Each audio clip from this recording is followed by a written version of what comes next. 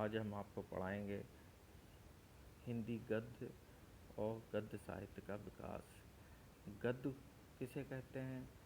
गद्य शब्द संस्कृत की गद्य धातु से बना है, जिसका अर्थ होता है बोलना या बताना। गद्य धातु में जब यत् प्रत्यय जोड़ दिया जाता है तो शब्द बनता है गद्य, यानी बोलकर बताने वाली भाषा ही गद्य है। और अगर सामान्य शब्दों में कहें तो दैनिक जीवन में बोलचाल में प्रयुक्त होने वाली भाषा ही गद्य कहलाती है। गद्य की विशेषताएं क्या होती हैं? गद्य की विशेषता ये गद्य छंद, ताल, लय से मुक्त होता है। गद्य में तर्क, चिंतन, बुद्धि एवं विवेक की प्रधानता होती है। गद्य भाषा व्याकरण से व्यवस्थित होता है। गद्य में यथार्थता और तथ्यात्मकता होती है। अब हम बात करते हैं हिंदी गद्य के विकास के क्रम की, जो कि एक हिंदी गद्य का विकास ईयर वाइज एक चार्ट बना हुआ है, जिसे आप लोगों के सामने में फ़ोटो चल रहा है, उसे आपको देखना है और मैं आपको बताता चल रहा हूँ कि हिंदी गद्य का विकास किस क्रम में हुआ। सबसे पहले पूर्व भारतेंदु युग अथवा प्राचीन युग, जो कि 13वीं शताब्दी से 1868 ईस्वी तक।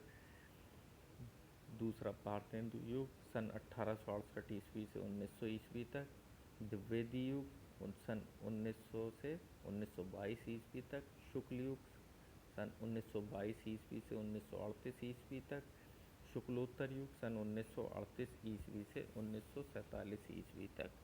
स्वातंत्र्योत्तर युग सन 1947 ईस्वी से अब तक। ये समय चक्र हमें बहुत अच्छे से याद कर लेना है, क्योंकि इस समय चक्र में से बहुत सारे सवाल बोर्ड एग्ज़ाम में आते हैं, जिनकी हमें तैयारी करनी है ताकि अच्छे से अच्छे नंबर हम पा सकें।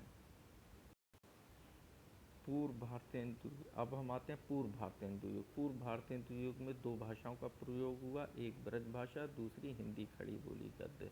ब्रज भाषा में जिन रचनाओं की रचना हुई, जिसमें विट्ठलनाथ की श्रृंगार रसमंडल, गोकुलनाथ की 84 वैष्णवन की वार्ता। दूसरी भाषा हिंदी खड़ी बोली गद्य। इसका नाम हिंदी खड़ी बोली क्यों रखा गया? क्योंकि ब्रज भाषा की मधुरता के मुकाबले इस भाषा में थोड़ी कर्कशता है, इसलिए इसे नाम दिया गया हिंदी खड़ी बोली। हिंदी खड़ी बोली में जो मुख्य लेखक हैं और उनकी रचनाएं हैं, उसमें राम प्रसाद निरंजनी की भाषा योग वशिष्ठ, मुंशी सदा सुखलाल की श्री मद्भागवत गीता सुखसागर, और जो सबसे मेन है, जिसका सवाल अक्सर पूछ लिया जाता है कि हिंदी गद्य की सर्वप्रथम मौलिक रचना रानी केतकी की कहानी, जिसके लेखक मुंशी इंशाअल्लाह खां, लल्लू लाल की प्रेम सागर, सदल मिश्र की नासिकेतोपाख्यान। इसके पश्चात आता है भारतीय जागरण काल। 19वीं शताब्दी में भारतीय सामाजिक एवं सांस्कृतिक ढांचे में अनेक परिवर्तन आए। अंग्रेज़ों द्वारा बहुत अराजकता फैलाई गई, अराजक स्थितियों में सुधार हुआ, अनेक प्रेस की स्थापना हुई, अनेक संस्थाएं बनाई गईं, जैसे ब्रह्म समाज, Ramakrishna mission, Arya Samaj, theosophical society आदि संस्थाएं बनाई गईं। जिसके पश्चात अब आता है भारतेंदु युग। भारतेंदु युग हिंदी साहित्य के क्षेत्र में भारतेंदु जी के आगमन से एक नए युग का सूत्रपात हुआ। भारतेंदु जी सन 1850 से 1885 तक रहे। इनसे पूर्व राजा शिव प्रसाद सितारे हिंद और राजा लक्ष्मण सिंह ने गद्य की दो अलग अलग शैलियाँ चला रहे थे। तब भारतेंदु जी आया और भारतेंदु जी ने हिंदी गद्य को एक नया रूप दिया। उन्होंने हरिश्चंद्र मैगज़ीन निकाली। और भारतेंदु जी के बारे में कहा जाता है कि वो स्वयं में एक व्यक्ति ना होकर के एक पूरी संस्था थे। भारतेंदु जी के जो समकालीन लेखक थे, यानी भारतेंदु युग के मुख्य लेखक, उनमें प्रताप नारायण मिश्र, राधाचरण गोस्वामी, बद्रीनारायण चौधरी प्रेमगन, ठाकुर जगमोहन सिंह, राय कृष्ण दास आदि थे। बालकृष्ण भट्ट, प्रताप नारायण मिश्र आदि ये भी थे। इसके अलावा इसमें हिंदी प्रदीप, ब्राह्मण आदि पत्र प्रकाशित हुए। अब आते हैं द्विवेदी युग की तरफ।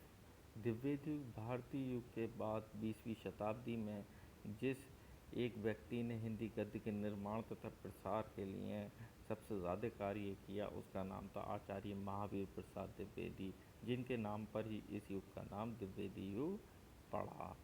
द्विवेदी युग के मुख्य लेखकों में प्रेमचंद, जयशंकर प्रसाद, बाल मुकुंद गुप्त, श्याम सुंदर दास, रामचंद्र शुक्ल आदि लेखक रहे। कहानी का तो जन्म ही सरस्वती पत्रिका से हुआ। सरस्वती पत्रिका का संपादन महावीर प्रसाद द्विवेदी के द्वारा किया गया। पहले अंग्रेजी और संस्कृत साहित्य की प्रसिद्ध कृतियों की कहानी सरस्वती में प्रकाशित हुई। इसके बाद हिंदी की मौलिक कहानी ने जन्म लिया, जैसे प्रेमचंद की कहानियाँ आदि। फिर चंद्रधर शर्मा गुलेरी आए, जो कि हिंदी के प्रसिद्ध कहानीकार रहे। प्रेमचंद की तो कहानियाँ बहुत ही प्रसिद्ध रही हैं। इस युग की प्रमुख पत्रिकाओं में सरस्वती, इंदु, माधुरी, मर्यादा, सुधा, जागरण, हंस आदि पत्रिकाएं इस युग में रहीं। अब बताते हैं शुक्ल युग के बारे में। शुक्ल युग, शुक्ल युग का समय तो मैंने आपको बता ही दिया था। शुक्ल युग का समय रहा